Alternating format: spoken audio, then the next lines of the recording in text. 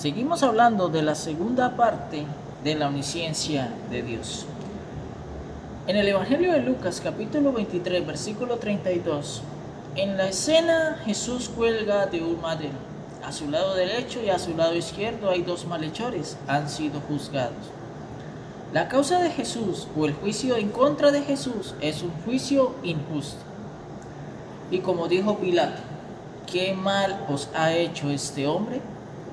Y en el Evangelio de Lucas, capítulo 23, versículo 14, les dijo: me habéis presentado a este como un hombre que perturba al pueblo, pero habiéndolo interrogado yo delante de vosotros, no he hallado en este hombre delito alguno de aquellos que le acusáis. Sin embargo, Jesús muere en la cruz del Calvario, y aunque allí sucedieron cosas dichas por Jesús, entre ellas las que se encuentran en Juan capítulo 19, versículos 26 y 27, donde le dice a María: mujer, he ahí tu hijo. Y al discípulo Juan le dijo: he ahí tu madre. Y en Lucas capítulo 23, versículo 34, Jesús dijo: Padre, perdónalos porque no saben lo que hacen. En Juan capítulo 19, versículo 28, dice: para que se cumpliese la escritura, Jesús dijo: tengo sed. Y en Mateo capítulo 27, versículo 46, Jesús dijo: Elí, Elí, lama sabactani. Y esto significa: Dios mío, ¿por qué me has desamparado? Y surge la pregunta: ¿en verdad desamparó Dios Jehová a su Hijo? Y leemos en Juan capítulo 3, versículo 16, porque de tal manera amó Dios al mundo que ha dado a su Hijo unigénito, para que todo aquel que en él cree no se pierda, mas tenga vida eterna. Y aquí algunos predicadores enseñan uniendo estos dos textos, como Dios mío, ¿por qué me has desamparado? Y Juan capítulo 3, versículo 16. Y estos enseñan de cómo Dios, el soberano, y cómo todo debe estar sujeto a Él. Suelen decir de que un día Dios le dice a su Hijo: usted va a sufrir en la cruz del Calvario. Porque el padecimiento el cual Jesús tenía que pasar es algo tan terrible, tanto así que Jesús en el huerto, Monte de los Olivos, postrado de rodillas, sin acobardarse, pero muy tocado y siendo consciente de lo que le esperaba, él dice en Lucas capítulo 22, versículo 42: Padre, si quieres, pasa de mí esta copa, pero no se haga mi voluntad, sino la tuya. Aquí Jesús dice: si hubiese otra manera u otra forma, pero rectifica de que no se haga su voluntad, sino la del Padre. Y vemos una escena donde hay un hijo angustiado, desesperado, y al padre no le importa. Y luego él, como un ser sumiso, dice: es tu voluntad. No es fácil, es difícil. Pero si tú lo quieres así, que se haga tu voluntad. Y atando estos textos nos enseñan que sí. De que Dios inventó una historia, escribió una novela, un dramatizado, donde Él es el protagonista, donde Dios es el que impone y dice, y nadie puede reprocharle nada. Y luego encontramos a Jesús, que es el Hijo, lo vemos en la posición de Isaac, el hijo de Abraham. Lo encontramos puesto sobre la leña, que es atado, amordazado y va a ser sacrificado. Sin entender por qué. Solo tiene que aferrarse de la frase de Abraham que dijo: Dios proveerá. Y Jesús estaría colgado de un madero como si no entendiera el por qué, y le hace como un reclamo a su padre: del por qué me sometes a esto. Muchos piensan de que Jesús fue obligado por su padre a morir en la cruz del Calvario, y la respuesta es: ¿por qué? Como lo dice Hebreos capítulo 9, versículo 22.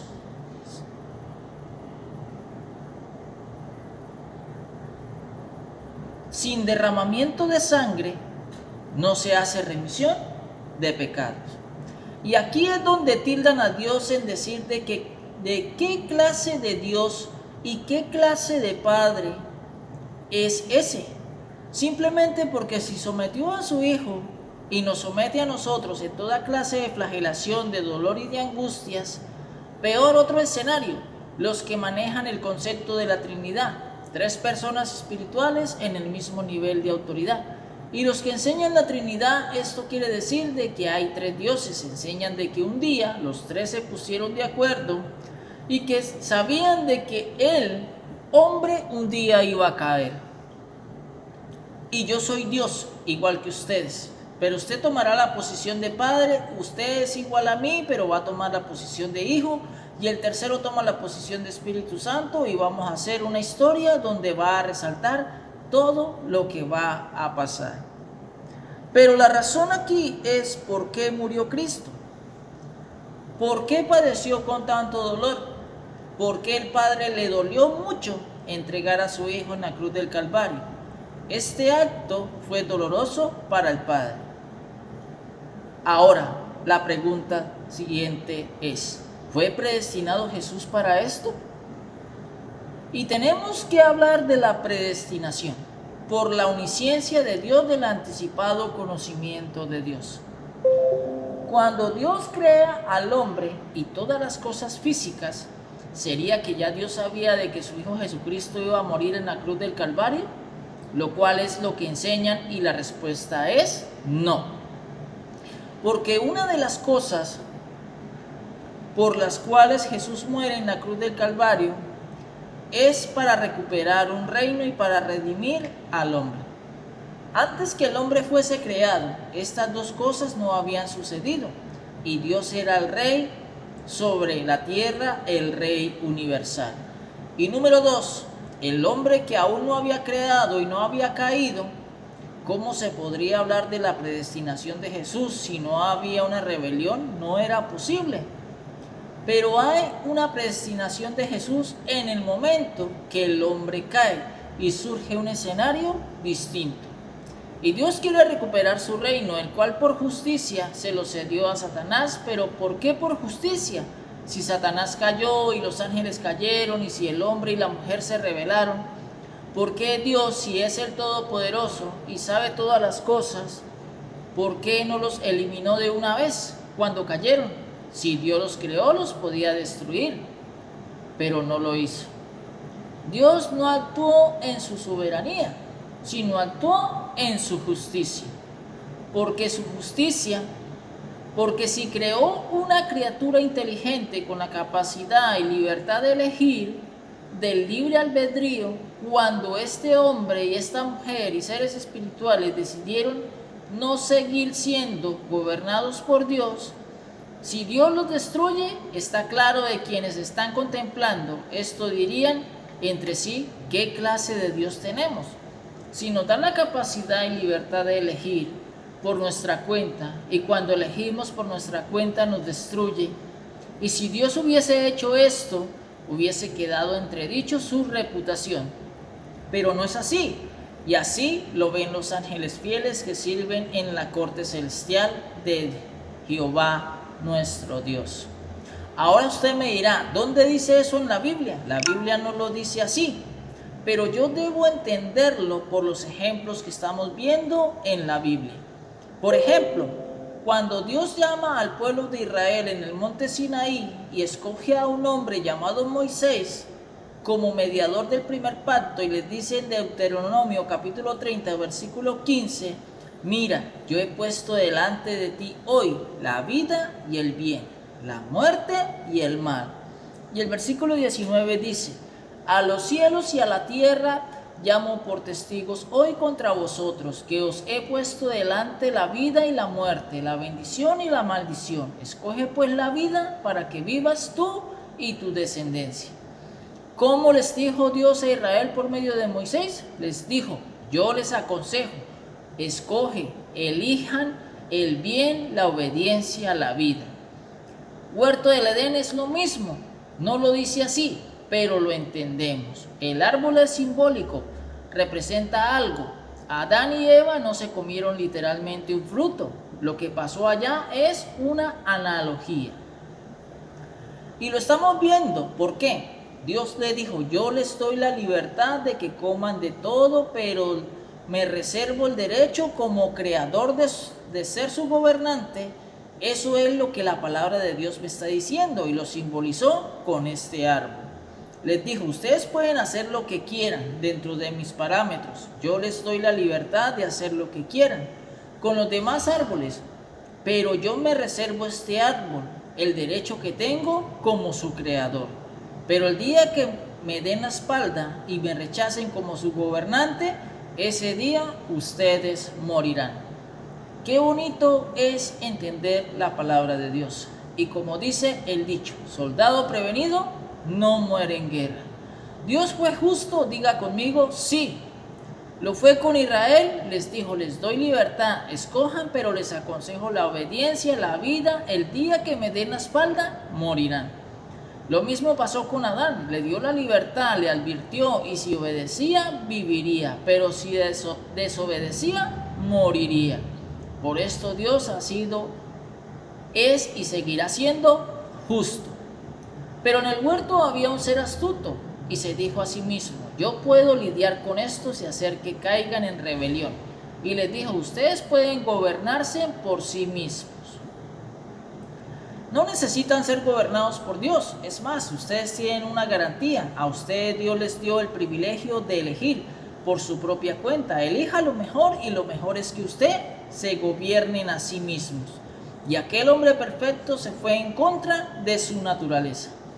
Es una rebelión. No es cierto de que se comieron una manzana. No es cierto de que fue en unas relaciones sexuales. Esas cosas son inventos. Lo que el hombre y la mujer hicieron fue de que comieron del árbol que simbólicamente les daba el derecho de ser lo que ellos quisieran, ser ellos mismos sus gobernantes y no sujetarse más a la gobernación de Dios.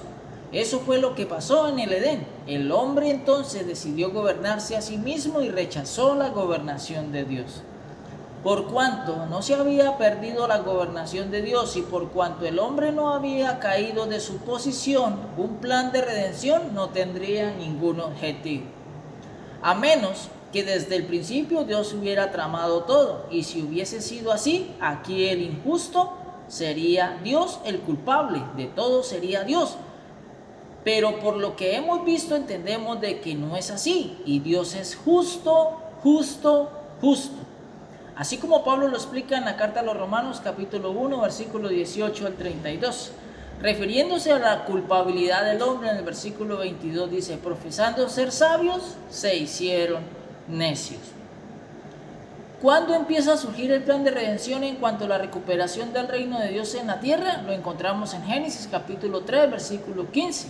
3 capítulos del libro del Génesis antes no se mencionaba porque el hombre no había caído. Y desde Génesis capítulo 2 hasta el capítulo 3 hubo un espacio de tiempo. Y del capítulo 3 al capítulo 4 hay un espacio de tiempo. Y desde que el hombre tomó su decisión y Dios plantea su plan, hay un espacio de tiempo.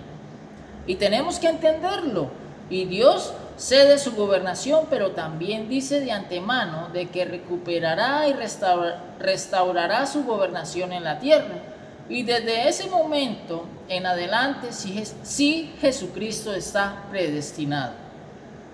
Pero no está predestinado porque a Dios así le plació. Hay unas cosas legales para que Jesús pueda ser predestinado. Es como cuando alguien es tomado prisionero y se convierte en un esclavo por aquel que lo tomó. Romanos capítulo 6 versículo 16 dice, ¿no sabéis que si os sometéis a alguien como esclavos para obedecerle, sois esclavos de aquel a quien obedecéis, sea del pecado para muerte o sea de la obediencia para justicia? Pablo dice que si alguien es tomado como prisionero, se convierte en esclavo de quien lo tomó. Lo mismo pasó en el huerto. Edén, el amo y rey y señor, ¿quién era? Lo era Dios, Jehová, pero luego cambió la gobernación de Dios por la gobernación de Satanás y se volvió esclavo y siervo ¿de quién? De Satanás. Ahora un hombre malvado toma a su hijo y a cambio de su liberación exige un precio por su rescate. ¿Qué traerá? Una redención la cual es una liberación. El hombre cayó en pecado y fue prisionero y es esclavo ¿de quién? De Satanás. Pero Dios dice, yo quiero rescatarlo, pero también surge un precio para este rescate. Y es aquí cuando Satanás pone el precio para el rescate. Le dice a Dios, demuestre de que un hombre perfecto puede ser fiel a usted cuando está puesto a prueba. Porque así como Adán, hombre perfecto, fue puesto a prueba y le dio la espalda a usted, ahora que un hombre perfecto demuestre de que el que falló fue Adán y no usted. Y aquí hay un gran problema, porque se pedía un hombre perfecto. Lo que Satanás reclama es un hombre perfecto, y por eso la ley dice vida por vida y alma por alma. Levítico capítulo 17, versículo 11 dice, porque la vida de la carne en la sangre está, y yo os la he dado para hacer expiación sobre el altar por vuestras almas, y la misma sangre hará expiación de la persona. Y por eso Jesús de Nazaret es el prototipo del primer hombre Adán, hombre perfecto. Y en la primera carta a los Corintios, capítulo 15, versículo 45, dice, así también está escrito, fue hecho el primer hombre Adán alma viviente, el postrer Adán espíritu vivificante. Pablo dice que Jesús de Nazaret correspondió al primer hombre Adán, hombre perfecto. Número 1. El hombre estaba bajo la gobernación de Dios siendo perfecto. Bajo esta gobernación el hombre era siervo de Dios, le servía a Dios y estaba bajo su dominio.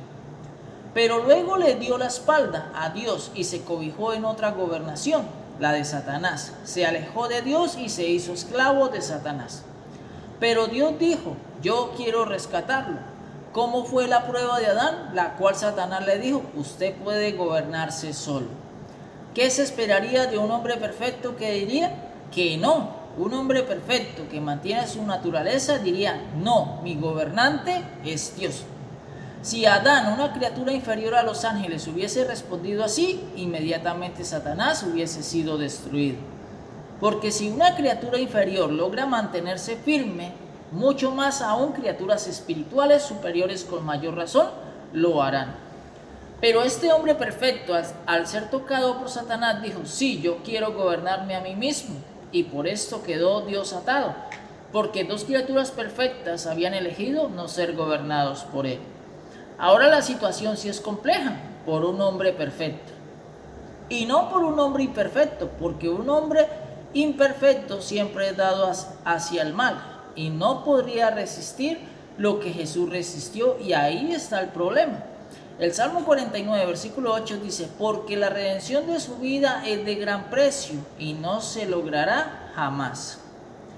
Esa imposibilidad había en el hombre imperfecto. Esto quiere decir, Dios no podía ponerse a buscar en el transcurso del tiempo a un hombre perfecto, porque es imposible que surja de un hombre imperfecto y se vuelva perfecto. Eso es imposible. La redención o el rescate no lo podía pagar el hombre imperfecto, porque obviamente un hombre imperfecto no daría a luz un hombre perfecto, y por esto la humanidad estaba atada. Pero el otro problema se exigía que tenía que ser un hombre perfecto. Y es aquí donde entendemos del cuándo Jesucristo se hizo hombre. Ahora el rescate era el siguiente. Si un hombre perfecto entregó a la maldición a la humanidad, otro hombre perfecto que corresponde al primer hombre perfecto llamado Adán, debe rescatarlo y demostrarlo, así como lo hizo el Señor Jesucristo cuando resistió a Satanás. Ahora, tampoco es que Dios le dijo a su hijo, vaya así porque sí. No. Dios le dijo, si rescatas a la humanidad, yo te prometo un reino por 1000 años, donde tú vas a reinar, donde gobernarás y restaurarás todas las cosas, y me las devuelvas a mí. Así que Jesús no solamente vino porque su padre le dijo, vaya, pero Dios dijo, hay uno que tiene apego a las cosas y que tiene un apego hacia mí. Y ese es mi hijo primogénito, mi hijo unigénito. Que Él sea el que me defienda y me demuestre que los seres perfectos pueden permanecer fieles a mí a pesar de ser puestos a prueba. ¿Cuál era la solución? Si se exigía que fuera un hombre, hacer que su hijo se convirtiera en un hombre perfecto. La Biblia dice de que Jesús fue un hombre perfecto, que fue tentado en todo, pero sin pecado. Eso lo dice la carta a los Hebreos, capítulo 4, versículo 15. ¿Y cómo probó Satanás a Jesucristo? En el desierto. Le dijo lo mismo que le dijo a Adán. Le dijo que si lo adoraba le daría la gobernación de todos los reinos del mundo. Y Jesucristo le respondió en Mateo capítulo 4, versículo 10. Vete, Satanás, porque escrito está: al Señor tu Dios adorarás y a Él solo servirás. ¿Qué le dijo Jesús con esto a Satanás? Solo mi Dios, mi Padre es mi gobernante y mi Rey, y a Él le daré la gloria y la honra como mi único gobernante. Y ahora Jesús tenía que demostrarlo. Ya lo había dicho, faltaba la parte más difícil.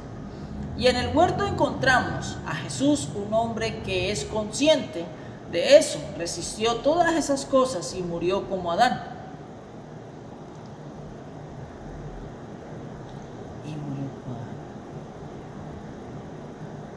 Y fue sepultado con una diferencia. Resucitó al tercer día, conforme a las Escrituras, y está a la diestra del Padre, y Dios le prometió un reino que tomará cuando sean cumplidos los 7 tiempos. ¿Jesús fue predestinado desde su principio en su lugar celestial? No, porque el reino no se había perdido en la tierra. Tengamos claro eso. Y no se podía hablar de un plan de redención porque el hombre no había caído aún. Cuando el hombre cayó, Dios se propuso en recuperar su reino y comienza su plan de redención, y de ahí en adelante Jesús fue predestinado para redimir a la humanidad. Ahora Jesús puso su vida, obligado o voluntariamente, sería la siguiente pregunta. Y la respuesta es de que fue voluntariamente. Y el mismo Jesús en el Evangelio de Juan capítulo 10 versículo 17 dijo: por eso me ama el Padre, porque yo pongo mi vida para volverla a tomar. Y el versículo 18 sigue diciendo: nadie me la quita, sino que yo de mí mismo la pongo. Tengo poder para ponerla y tengo poder para volverla a tomar. Este mandamiento recibí de mi Padre. ¿Y por qué más? Porque Jesús viene a recuperar lo que es suyo, todas las cosas creadas físicas, porque es suyo, le pertenecen, porque todo fue creado por medio de Él y para Él, por ser el heredero de todo. Y por eso la parábola de los labradores malvados lo explica. Está en Mateo capítulo 21, versículo 33 al 46, donde estaban los labradores en la viña, la cual es la tierra. Al principio fueron buenos, pero se volvieron malvados, se quedaron con la viña. El dueño de la viña se fue y los dejó solos un tiempo. Luego envió unos siervos para que recibiesen los frutos, pero en cambio de esto fueron golpeados. Luego envió a otros y pasó lo mismo, porque estos labradores se querían quedar con la viña. Y el padre de familia, el cual es Dios, dijo: enviaré a mi hijo y le tendrán respeto. Y estos labradores dijeron: es el heredero, matémosle y nos quedaremos con la viña. Lo mismo pasó en el Edén. Bíblicamente en esta parábola está ilustrado lo sucedido en Edén. Jesús viene y se convierte en un hombre perfecto y demuestra de que un hombre perfecto sí puede obedecerle a Dios. Demuestra de que en el huerto el que falló fue el hombre y no Dios. Demostrado eso, Satanás ya está vencido. Solo falta que se cumpla el tiempo establecido por Dios. Entonces, recordemos. Primero, Jesucristo fue predestinado. ¿Por qué y cuándo? Si fue predestinado para la redención y restauración del reino de Dios en la tierra, desde el momento en que el hombre cayó y elige no ser más gobernado por Dios. Antes de esto, no, porque el reino no se había perdido y el hombre se sujetaba a la gobernación de Dios en la tierra. Segundo, porque tenía que ser Jesucristo quien muriera en la cruz del Calvario, porque se exigía un precio para el rescate y era la vida de un hombre perfecto. La humanidad estaba en imperfección y es imposible que pudiese dar un hombre perfecto. Por esto Jesucristo, siendo el unigénito y primogénito, Hijo de Dios, se hizo hombre y así redimir y reclamar y recuperar lo que le pertenece. Tercero, ¿qué demostró Jesús? Demostró que un hombre perfecto sí puede obedecer a Dios cuando es puesto a prueba. Y en el Edén quedó demostrado que Adán falló y no Dios. Cuarto, ¿y por qué tenía que morir un hombre perfecto? Porque quien tenía cautiva a la humanidad exigía de que así como un hombre perfecto nos esclavizó y asimismo un hombre perfecto revirtiera lo que el primer hombre perfecto hizo mal. ¿Qué es lo que conoce Dios de Jesús anticipadamente? 1. Dios dice, mi hijo tendrá que convertirse en un hombre, que nacerá de una mujer virgen terrenal, que nacerá en un pesebre en una ciudad llamada Belén. De ahí en adelante, Dios en su plan de redención y restauración del reino dice todos los acontecimientos de Jesús, el Mesías.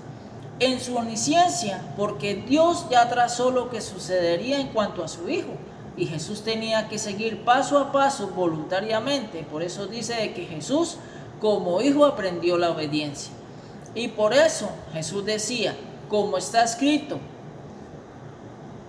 y esta era la preocupación de Jesús, en cumplir estas cosas para que a su Padre no fuese tildado de mentiroso. Volvamos a recordar. Primero, Jesús fue predestinado, ¿sí? No desde el principio, sino cuando el hombre cayó, desde el momento en que se efectuó el plan de redención y restauración del reino de Dios. Segundo, Dios marcó cada paso que Jesús tenía que cumplir, cada paso no obligado, sino voluntariamente. Tercero, ¿por qué Jesús tuvo que hacerse hombre? Porque quien tenía cautivo a la humanidad exigía que un hombre perfecto hiciera lo contrario del primer hombre perfecto. Cuarto, ¿por qué Dios permitió eso? Porque Dios es un Dios justo. Porque es justo, porque de antemano le había dicho al hombre de que podía decidir por su propia cuenta. Quinto, ¿qué hizo Jesús? Dar su vida voluntariamente y obedecer las cosas que Dios lo envió a hacer. Sexto, ¿qué recibió a cambio Jesucristo? Un reino y las cosas que recibió por heredad. Jesús dio su vida por un propósito. Lo hizo por amor, y así Dios espera de nosotros de como su Hijo estuvo dispuesto en dar su vida por nosotros, también nosotros lo hagamos por estar un día en el reino que nos prometió a nosotros. Que la palabra de Dios corra y sea glorificada.